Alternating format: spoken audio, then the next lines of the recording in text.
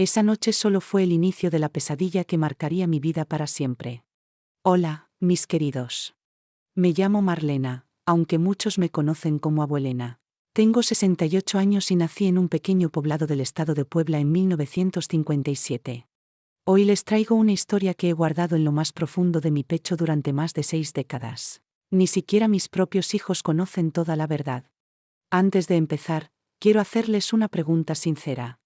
¿Quiénes son las personas más importantes en sus vidas? Déjenmelo saber en los comentarios. Así los conozco un poquito más. También cuéntenme desde qué ciudad están viendo este testimonio. No olviden dejar su me gusta y suscribirse al canal, eso me ayuda muchísimo. Ahora sí, comencemos. Nuestra casa era modesta pero acogedora, ubicada en el barrio de La Condesa, que en aquel entonces estaba lleno de familias trabajadoras. Mi papá, Antonio, era mecánico y tenía un pequeño taller en la parte de atrás de la casa. Mi mamá, Guadalupe, trabajaba como costurera, arreglando y cosiendo ropa para los vecinos. Éramos lo que se solía llamar una familia decente. De esas que van a misa todos los domingos, que pagan sus cuentas a tiempo, que tienen la casa siempre en orden. Yo era hija única, la niña milagro, como solía decir mi madre.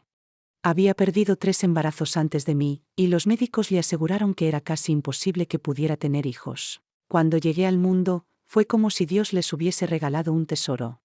Marlena es nuestro regalo del cielo, decía mi papá con orgullo. No hay oro que valga lo que vale su sonrisa, solía decir. Y yo sonreía mucho de niña. Me encantaba jugar con las muñecas de trapo que mi madre cosía, correr detrás de las gallinas en el patio, dibujar con tizas en la acera frente a casa. Era una niña feliz. De esas que creen que el mundo es bueno y que los adultos solo quieren cuidarte. ¡Qué ingenuidad la nuestra! Tenía apenas 6 años cuando empecé a notar que algo no andaba bien. Estaba bañándome cuando mi papá entró al baño sin avisar.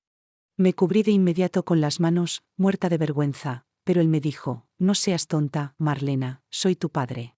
No hay nada que esconder». Y se quedó ahí, observándome con una sonrisa que hoy sé que no era normal. En ese momento pensé que quizás estaba exagerando. Después de todo, era mi padre. Los padres cuidan, no hacen daño. Cuando cumplí 7 años comenzó una rutina que él llamaba muestras de cariño. Siempre había sido un hombre afectuoso. Le gustaba abrazarme, cargarme en brazos, besarme la frente. Todos decían que era un padre ejemplar. Las vecinas lo elogiaban: «Qué suerte tiene Marlena, con un papá tan dedicado». Pero con el tiempo esos gestos empezaron a cambiar. Los abrazos se alargaban demasiado. Sus manos descansaban donde no debían. Los besos ya no eran en la mejilla, sino muy cerca de la boca. «Es porque te amo más que a nada en este mundo», decía cuando notaba mi incomodidad. Un padre tiene derecho a demostrar su amor como quiera. Mi mamá trabajaba sin descanso. Salía muy temprano a dejar y recoger costuras, y regresaba agotada. Muchas noches apenas probaba bocado antes de caer rendida en la cama. Y él aprovechaba ese cansancio. Al principio eran solo toques rápidos. Una caricia que bajaba más de lo debido. Un beso en la mejilla que se desplazaba hacia el cuello. Pequeñas invasiones disfrazadas de afecto. «Nuestra niña está creciendo tan linda», decía mientras pasaba su mano por mi cabello. «Seguro va a romper corazones».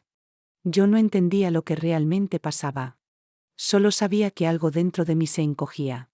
Un nudo en el estómago, unas ganas enormes de salir corriendo. Pero, ¿a dónde iba a correr? Era mi casa. Era mi padre. El hombre que debía protegerme. Cuando cumplí 8 años, todo empeoró. Esa noche de enero hacía un frío poco común en la Ciudad de México.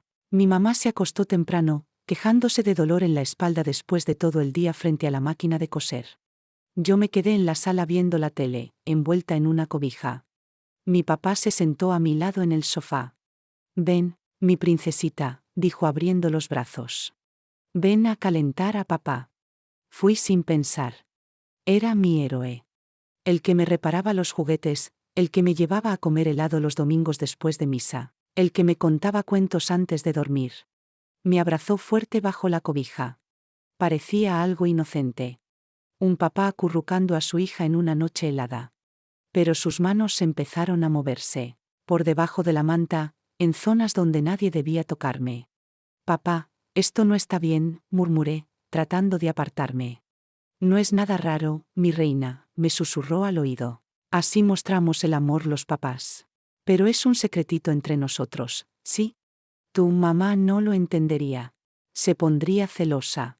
Aún hoy me persiguen esas palabras. Nuestro secretito. Como si fuera un juego, una complicidad especial. Pero no lo era. Era el inicio de un infierno. Esa misma noche, cuando terminó de hacer lo que quiso, me mandó a dormir con una advertencia. Si cuentas algo, te llevarán a un orfanato. Te van a tratar mal. Te van a separar de tu mamá. Yo tenía 8 años. Claro que le creí. Era mi papá. ¿Por qué iba a mentirme? Desde ese día, la rutina cambió. De día éramos la familia ejemplar del barrio. Mi papá, el mecánico querido por todos. Mi mamá, la costurera talentosa. Yo, la niña aplicada que sacaba buenas notas. Pero de noche, cuando mi madre dormía rendida por el trabajo, esa casa se volvía una trampa oscura. Asterisco asterisco continuación del fragmento anterior asterisco asterisco. Él llegaba a mi habitación cada noche, solo después de asegurarse de que mi madre estuviera profundamente dormida. Abría la puerta con cuidado, sin hacer ruido, como si el silencio fuera su cómplice. Se sentaba al borde de mi cama y susurraba: «Princesita, llegó la hora de nuestro secretito». Yo me hacía la dormida, fingía no estar ahí, fingía ser otra niña en otro lugar. En mi mente volaba sobre montañas nevadas, nadaba en aguas profundas, corría descalza entre campos llenos de flores. Cualquier imagen servía para escapar de ese cuarto, de ese cuerpo que ya no sentía como mío. En la escuela dejé de ser la Marlena risueña y parlanchina. Me volví silenciosa, distante, como si algo en mí se hubiera apagado. Mis calificaciones empezaron a caer, y ya no me interesaba jugar con los demás niños. Me refugiaba en los rincones, dibujando mundos imaginarios donde niñas como yo eran rescatadas por ángeles. «¿Qué te pasa, Marlena?», me preguntó un día la maestra Consuelo, con una expresión preocupada. «Te noto apagada». Estuve a punto de contarle todo. Tuve las palabras en la boca, listas para salir. Pero entonces recordé sus advertencias, su voz diciéndome que acabaría en un orfanato, lejos de mi madre, maltratada. Y también recordé cuánto lo amaba mi madre, cómo confiaba en él ciegamente. Así que bajé la cabeza y dije lo de siempre: «Estoy cansada, maestra». Cansada. Una palabra tan pequeña para algo tan inmenso. Yo no solo estaba agotada, estaba destruida por dentro. Harta de fingir que todo estaba bien cuando por dentro me desmoronaba. Durante el día me comportaba como la hija perfecta, pero por las noches era otra cosa. Mi madre también empezó a notar los cambios. «Estás más flaquita», me decía mientras me probaba vestidos. «¿Y esas ojeras? ¿No estás durmiendo bien?». Si ella hubiera sabido lo que ocurría cuando cerraba los ojos, vencida por el cansancio del día. Pero, ¿cómo decírselo? ¿Cómo confesarle que el hombre con quien compartía la cama no era quien ella creía? Así que volví a mentir: «Estoy bien, mamá. Es por el estudio». Y el tiempo pasaba. De los 8 a los 12 viví atrapada en esa doble vida. Para todos era la niña modelo, educada y estudiosa. Pero en mi casa, en las sombras, era solo una víctima. Amigos, esta parte es muy difícil de compartir. Aunque hayan pasado tantos años, hay palabras que siguen doliendo al decirlas. Pero siento la necesidad de hablar, porque sé que allá afuera hay muchas Marlenas en silencio, creyendo que están solas. No lo están. Yo viví ese infierno y salí del otro lado. Y si tú estás viendo esto, desde cualquier rincón de México, déjamelo saber en los comentarios. Eso me recuerda que no estoy sola compartiendo este relato. Y si puedes, regálame un me gusta. Eso ayuda a esta abuelita a llegar a más corazones. Cuando cumplí 12, algo se movió en nuestra rutina. Mi madre consiguió un contrato con una tienda en el centro que le encargaba arreglos grandes. Eso significaba más trabajo, más ingresos, y también más tiempo lejos de casa. Pasaba casi todo el día entregando pedidos y buscando nuevas clientas. «Cuida de Marlena mientras no estoy», le decía a mi padre con ternura. «No la dejes sola». Y él, con esa sonrisa que solo yo sabía interpretar, respondía: «Claro, Lupe. La cuidaré como a mis propios ojos». Con mi madre fuera tantas horas, él perdió cualquier pudor. Ya no esperaba la noche para acercarse. Cualquier momento era bueno, la cocina, el baño, la sala. Cada vez estás más bonita, princesita, decía mientras me tocaba. Es nuestro secretito, ¿recuerdas? Pero yo ya no era esa niña ingenua que creía todo lo que él decía. A los 12 años entendía que aquello no era amor ni cariño. Era abuso, era un crimen. Y aún así, el miedo seguía ganando. Miedo a hablar. Miedo a perderlo todo. Miedo a que nadie me creyera. Mi cuerpo empezaba a cambiar con la pubertad. Y eso solo empeoró todo. Él parecía fascinado con mi desarrollo, como si contara los días para algo peor. Ya pareces una señorita, murmuraba cuando creía que no lo oía. Me espiaba a través de la puerta entreabierta mientras me cambiaba de ropa. Yo me sentía expuesta, sucia, invadida. Y solo quería desaparecer. Soñaba con crecer rápido, con irme de esa casa, con empezar una nueva vida lejos de él. Un día, en la clase de ciencias, la profesora habló sobre el abuso. Explicó lo que eran los toques indebidos, los secretos obligados, las señales de alerta. Dijo que si algo así ocurría, había que hablar con un adulto de confianza. Sentí que me quedaba sin aire. Era como si estuviera describiendo mi vida. Después de clase, me llamó aparte. Marlena, ¿estás bien? Te pusiste blanca como papel. Otra vez estuve a punto de contarlo todo. Pero la culpa, el miedo, la lealtad equivocada me hicieron retroceder. Solo estoy un poco cansada, respondí, como tantas veces antes. Cansada. Una palabra que usé para esconderlo todo. Cuando cumplí 13, comencé a poner barreras. No me atreví aún a enfrentarlo, pero empecé a defenderme de otras formas. Cerraba con llave el baño. Me inventaba dolores de cabeza cuando él quería abrazarme. Dormía con la lámpara encendida, porque sabía que a él le gustaba la oscuridad. Estás distinta, me dijo una noche, molesto. ¿Ya no quieres a tu papá? Estoy creciendo, contesté sin mirarlo. Ya no soy una niña. Él frunció el ceño. No importa cuántos años tengas. Siempre vas a ser mía. Esa palabra, mía, me retumbó en el alma como una sentencia. Como si yo no fuera una persona, sino su propiedad. Fue entonces cuando empecé a pensar en escapar. Soñaba con tomar un camión a otra ciudad, encontrar trabajo, desaparecer.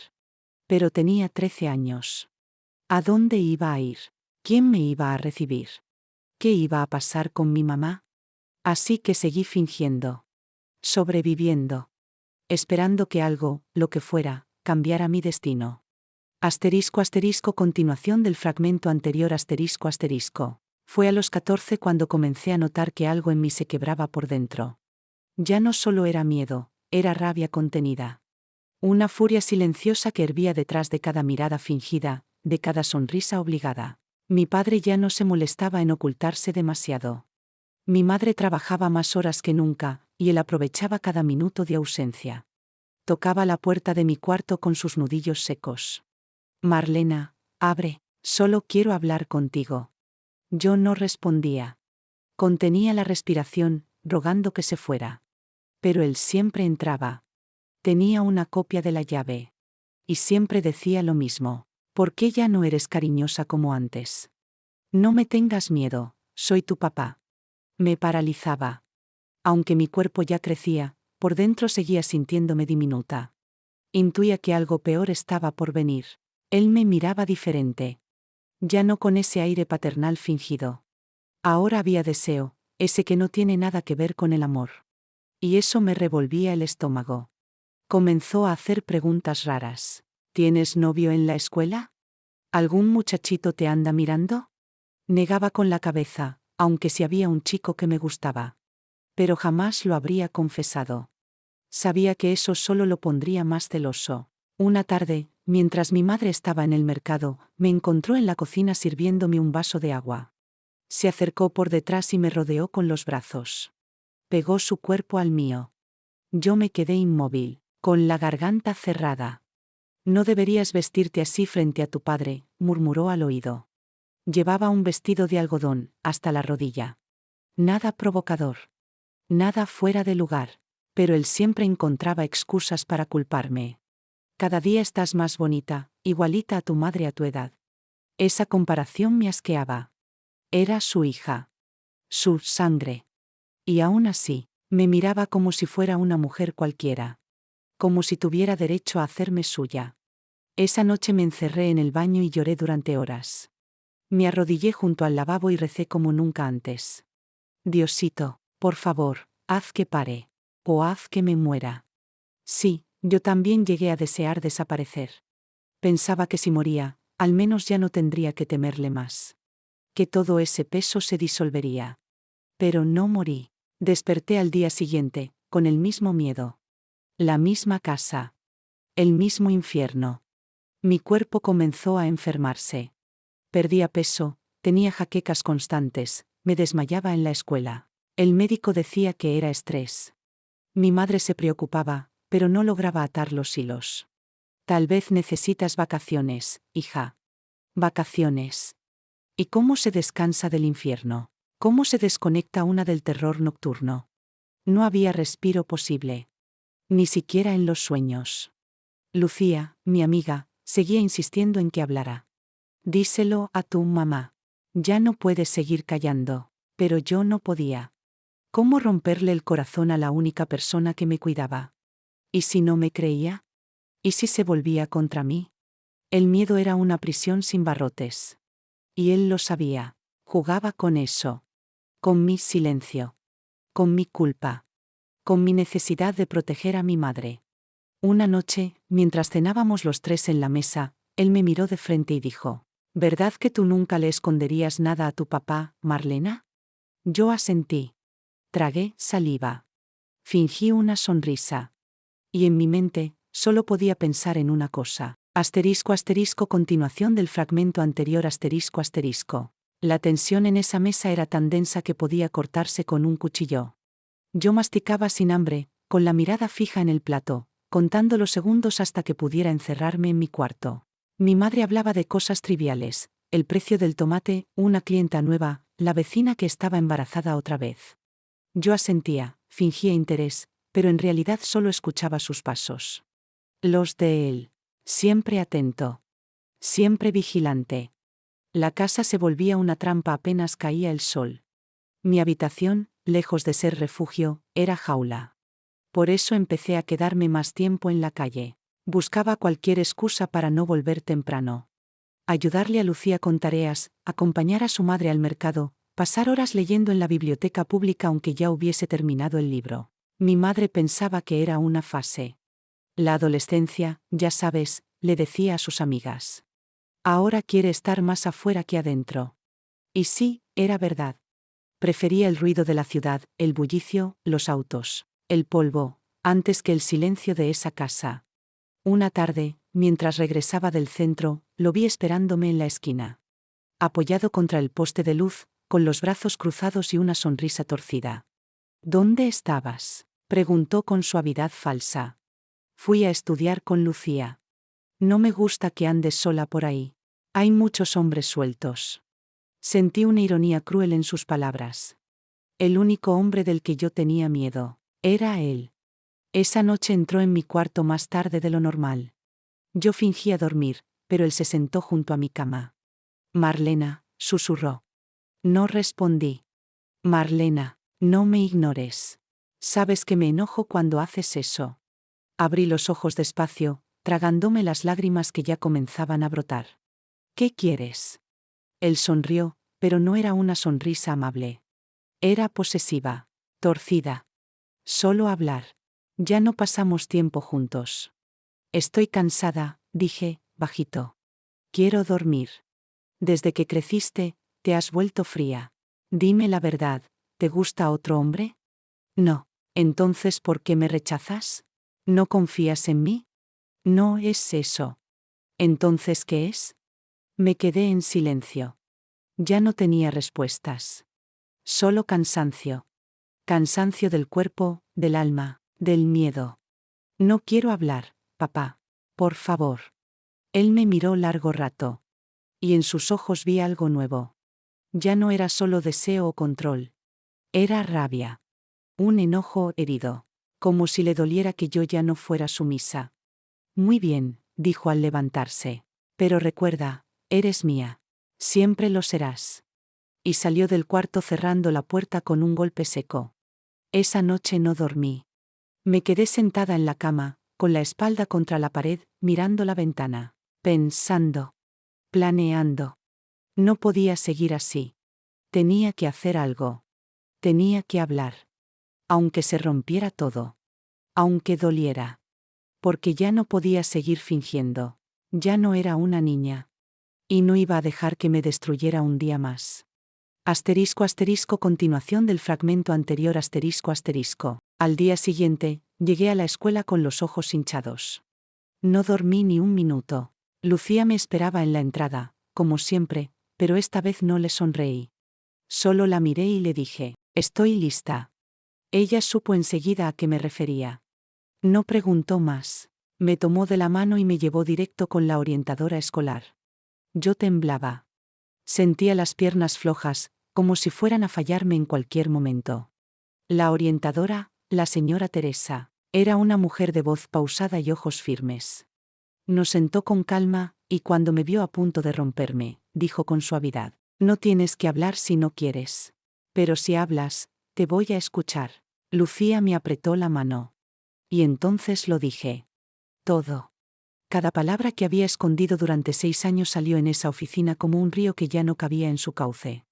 Hablé de las noches, de los toques, de los secretos, de las amenazas, de las miradas, del asco que sentía cada vez que él me decía, princesita.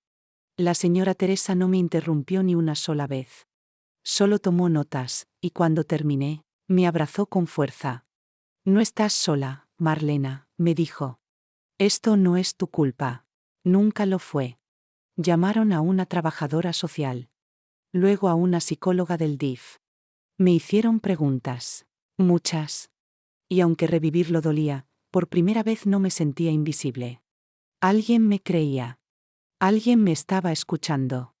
Esa misma tarde, llamaron a mi madre a la escuela. Recuerdo su cara al entrar a la oficina, toda confundida, con su bolso aún colgado del brazo y la expresión cansada. Cuando le contaron, negó. Eso no puede ser, murmuró. No, mi marido jamás. Miró hacia mí, con los ojos enrojecidos, como si buscara en mi rostro algún rastro de mentira. Marlena, ¿es verdad lo que estás diciendo? Yo solo bajé la mirada. No tenía fuerzas para repetirlo otra vez. Ella rompió en llanto. No gritó. No me golpeó. Solo lloró. Como si algo dentro de ella también se derrumbara. Horas más tarde, la policía fue por él al taller. Lo arrestaron frente a sus clientes. Yo no estuve ahí, pero Lucía me lo contó. Dijo que no opuso resistencia. Solo bajó la cabeza. Como si supiera que su tiempo se había terminado. Durante el juicio, intentó negarlo todo. Dijo que era una confusión, que yo estaba inventando cosas. Incluso trató de hacerle creer al juez que yo lo provocaba. Fue lo más humillante que escuché en mi vida, pero las pruebas eran claras. Las evaluaciones psicológicas, los testimonios, los diarios que había comenzado a escribir meses antes como forma de desahogo, todo estaba ahí. Lo condenaron a 15 años de prisión. No me alegré. No celebré. Solo sentí vacío. Y una calma extraña. Como si por fin pudiera dormir sin miedo. Mi madre y yo nos mudamos de casa. Ella no volvió a hablar de él. Jamás. Como si hubiera decidido enterrar ese pasado con un silencio definitivo. Yo comencé terapia. Fue largo, doloroso, lleno de recaídas. Pero poco a poco, fui recuperándome. Aprendí a mirar mi reflejo sin culpa. Aprendí que no fui culpable. Que no fui débil. Que sobreviví. Hoy tengo 68 años. Soy madre. Soy abuela. Y aunque me costó décadas hablar de esto, sentí que ya era hora. Porque si mi voz puede llegar a una sola niña allá afuera. Una sola que esté viviendo algo parecido. Y logra salvarse antes que yo. Entonces, todo este dolor habrá valido la pena. Gracias por escucharme. Asterisco asterisco continuación del fragmento anterior asterisco asterisco. Después del juicio, la vida se volvió una especie de terreno desconocido. No tenía claro cómo empezar de nuevo. Solo sabía que no podía volver a ser la misma. Pasamos semanas mudándonos de casa en casa, hasta que mi madre encontró una habitación en una vecindad del centro. Era pequeña, oscura, con paredes desconchadas, pero por primera vez me sentía a salvo. Nadie sabía quiénes éramos. Nadie conocía nuestro pasado. No había herramientas en el patio, ni olor a grasa, ni sombras que se deslizaban por el pasillo al caer la noche. Solo silencio. Y aunque el silencio también dolía, era más llevadero que el miedo. Mi madre no volvió a tocar el tema. Nunca me pidió perdón. Nunca me abrazó llorando. Solo me preparaba el desayuno cada mañana como si nada hubiera pasado. Creo que era su forma de protegerse. Ella también fue víctima. De su ceguera, de su confianza, de su amor equivocado. Yo la perdoné en silencio, aunque me dolió. Y comencé a escribir. Llenaba cuadernos enteros con lo que sentía, con lo que recordaba, con lo que deseaba. En esas páginas lloré todo lo que no lloré durante años. Grité sin hacer ruido. Sangré sin cortarme. Y poco a poco, mis palabras se convirtieron en puentes. Puentes hacia la cordura. Hacia la paz. A los 17 terminé la preparatoria con honores. A los 19 ingresé a la Facultad de Psicología de la UNAM. Quería entender lo que me habían hecho. Pero más aún, quería ayudar a otras como yo. Niñas que vivían atrapadas en casas donde los monstruos tenían apellido. Donde el miedo dormía en la habitación contigua. Donde los secretos olían a colonia de hombre y a culpa escondida. Fue en la universidad donde descubrí el feminismo. Y con él, mi voz. Aprendí que no era la única. Que éramos muchas. Que el silencio había sido impuesto. Pero que el grito era nuestro derecho. Fui voluntaria en refugios, en líneas de ayuda, en talleres para sobrevivientes. Escuché historias peores que la mía. Y otras que me recordaban con escalofriante precisión lo que yo había vivido. Y en cada testimonio, encontraba una versión de mí misma. Una niña rota. Una adolescente culpable. Una mujer cansada de tener miedo. Me hice fuerte. No porque dejara de doler, sino porque aprendí a vivir con la cicatriz. A llamarla por su nombre. A decir, esto me pasó. Y aún así, sigo de pie. Conocí a Ernesto a los 26. Era todo lo que mi padre no fue. Paciente. Amable. Nunca cruzaba una línea sin pedir permiso. Me costó confiar. Mucho. Tardé años en permitir que alguien me abrazara sin que mi cuerpo se tensara. Pero él esperó. Me acompañó. Y me cuidó sin exigir nada a cambio. Nos casamos 2 años después. Tuvimos 2 hijos, Diego y Camila. Durante mucho tiempo les oculté todo. Creí que era mejor así, que mientras más lejos dejara ese pasado, menos daño haría. Pero con los años entendí que el silencio no protege. Solo perpetúa el ciclo. Así que un día, ya siendo adultos, los senté en la sala de casa y les conté. Con voz temblorosa pero firme. Con lágrimas, pero sin vergüenza. Y ellos me escucharon. Me abrazaron, y me dijeron lo más hermoso que una madre puede oír. Asterisco asterisco, estamos orgullosos de ti, mamá. Asterisco asterisco, hoy, soy abuela. Mis nietos me dicen abuelena, con ese cariño puro que solo los niños saben dar. Y mientras los veo jugar, reír, correr libres, me repito una promesa que hice hace mucho. Asterisco asterisco, nunca más. Asterisco asterisco, nunca más una niña va a callar por miedo. Nunca más una familia va a cerrar los ojos. Nunca más un monstruo va a esconderse detrás de una sonrisa. Por eso estoy aquí, contando esto. Con la voz de la que fui, y la fuerza de la que soy. Porque la vergüenza no era mía. Nunca lo fue. Y porque la verdad, aunque duela, libera. Gracias por escucharme. Gracias por no mirar a otro lado. Asterisco asterisco epílogo asterisco asterisco. He contado esta historia muchas veces en mi mente. Pero decirla en voz alta, dejar que otros la escuchen, es distinto. Es una forma de soltar. De entregarla al viento. No como un lamento, sino como testimonio. Mi vida no se resume al horror que viví. Soy más que eso. Soy una mujer que eligió sanar. Que eligió seguir viva cuando todo en ella quería rendirse. que aprendió a amar sin miedo, aunque el miedo la habitó por años. Mis nietos a veces me piden que les cuente historias de cuando era niña. Y yo invento cuentos. Historias de magos, de pueblos escondidos, de animales que hablan. Nunca les he contado esta. Aún no. Pero algún día, cuando sean mayores, tal vez les diga. No para entristecerlos, sino para enseñarles algo que pocos saben, que hay heridas que no se ven, pero marcan. Y que hay gente que camina rota, y aún así florece. Hace poco encontré uno de mis antiguos cuadernos. Una libreta vieja, de tapas rotas, con hojas llenas de garabatos y frases apretadas. Ahí, entre líneas torpes, leí algo que escribí a los 15. Asterisco asterisco, algún día esto va a ser solo una historia.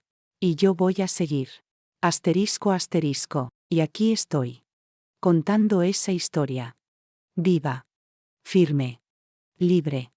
Si tú, que estás leyendo esto, has vivido algo parecido, quiero que sepas algo. No estás sola. No es tu culpa. Y sí, hay salida. Habla. Busca ayuda. Grita si es necesario. Pero no te calles. Porque el silencio es el arma del abusador. Tu voz es la tuya. Y usarla es el primer paso para volver a ti. Gracias, de corazón, por leerme hasta el final. Soy Marlena. Soy abuelena. Y sobreviví.